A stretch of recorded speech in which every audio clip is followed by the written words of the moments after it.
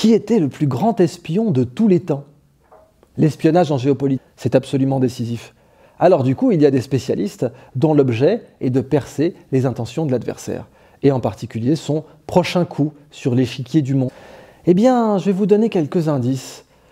L'inventeur, le créateur de James Bond, à savoir Ian Fleming, qui était un espion britannique lui-même, a inventé James Bond d'après un espion qui n'était même pas au niveau de la moitié de ce plus grand espion de tous les temps. L'espion qui a inspiré James Bond s'appelait Duško Popov, alias Tricycle. Ça paraît difficile de briller en société avec un nom et un alias comme celui-là, mais Duško Popov était un industriel qui espionnait pour le Royaume-Uni et que Ian Fleming a vu un jour jeter la totalité de l'argent que les services de renseignement britanniques lui avaient confié sur une table de baccarat, juste pour faire fermer son clapet à quelqu'un qui lui déplaisait. Renseignement britannique en pleine guerre, époque de privation, coupon de rationnement, c'était bien évidemment la mort si jamais Duško Popov avait perdu cet argent.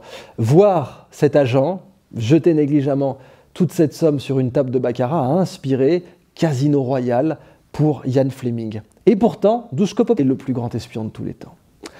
Son alias était Ramsay et son vrai nom était Richard Zorge. Sorge, nous dirions en français.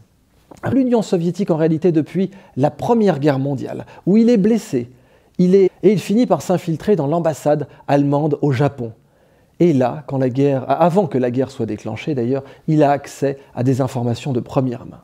Richard Zorge va fournir à Staline l'information capitale que les nations et Churchill faisait tout pour ouvrir un second front avec l'Union des républiques soviétiques socialistes.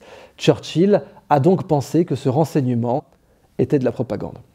Il fait tuer le supérieur de Richard Zorge à Moscou, mais comme Ramsay se trouve à Tokyo, il est protégé et il va décider de continuer à espionner pour l'Union soviétique et il va donner l'information SS avant que Moscou ne soit tombé, que Stalingrad ne soit tombé.